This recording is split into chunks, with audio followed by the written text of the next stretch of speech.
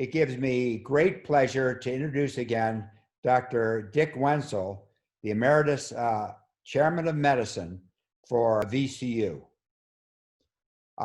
Dick is an expert at epidemiology and has a number of really important insights that are very relevant to preventing the spread of this disease.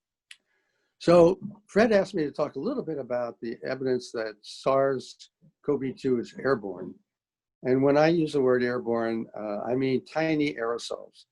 These are less than 5 microns in diameter, capable of floating tens of meters away.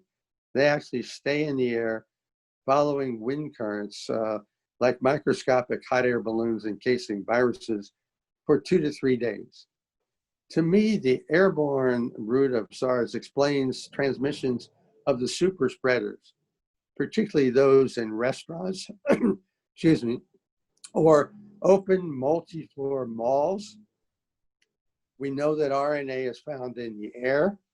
We know that MERS has been airborne for 1 hour when it was explained. So the super spreaders in some restaurants spread without direct contact to tens and sometimes over 100 people. If you look at what to do in schools and businesses, knowing some of this thing, Fred and I talked about opening windows and doors, perhaps working with the engineers first to put HEPA filters in. Consider using safe UV lights where the people below the lights are protected from getting burned, and continue to work with engineers, maybe to increase the number of air exchanges per hour. So super spreaders are almost all indoor.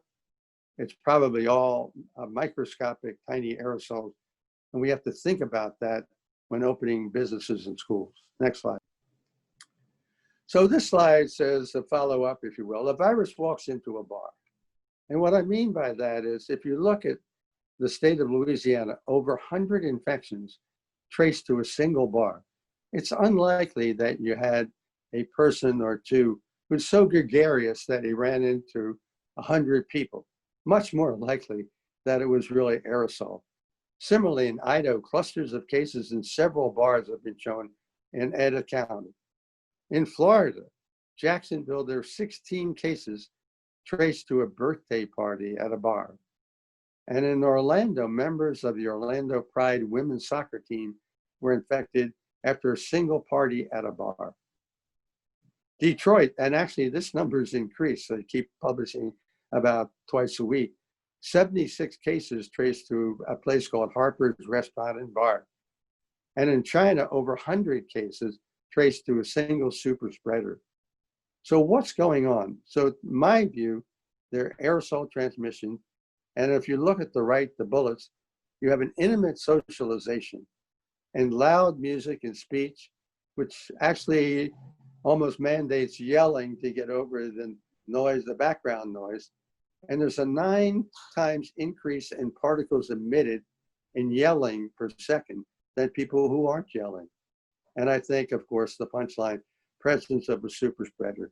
No one these days should be in a bar or a closed indoor building like that. Next slide. So one of the questions comes up is, how closely should you walk or run or bike behind one another? And on the right side, you see 2 runners, an example here, if you will. And the authors did aerodynamic study to show what size particles and in what density someone running in front of another person could be exposing the person behind. And if you see the red, these are very large droplets, well over 10 and over 100 microns often. And as you get to the green colors, you're getting down to very small aerosolized, less than 5 microns. And you see the runner in the front exemplified here. And most of the droplets around his mouth are large, but he transmits in the air to the person directly behind him these green and blue aerosols, which the person behind can actually breathe in. So what the authors, if you look to the left, measure droplet sizes in the validated wind tunnel experiments with varying distances and varying alignment, that is directly behind or at an angle behind. And what they said is, look, if you just stand still outdoor, there's no wind, you're probably safe at 1 to 2 meters if you're side by side. If you're side by side and walk or run outside, again, the same thing. Probably the 6 feet, if you will, the 2 meters will keep you at very good protection from getting exposed to these aerosols. However, and this is important, if you're in the same direction in one line directly behind someone, you need to be 4 to 5 meters in order not to have been exposure to these smaller aerosols.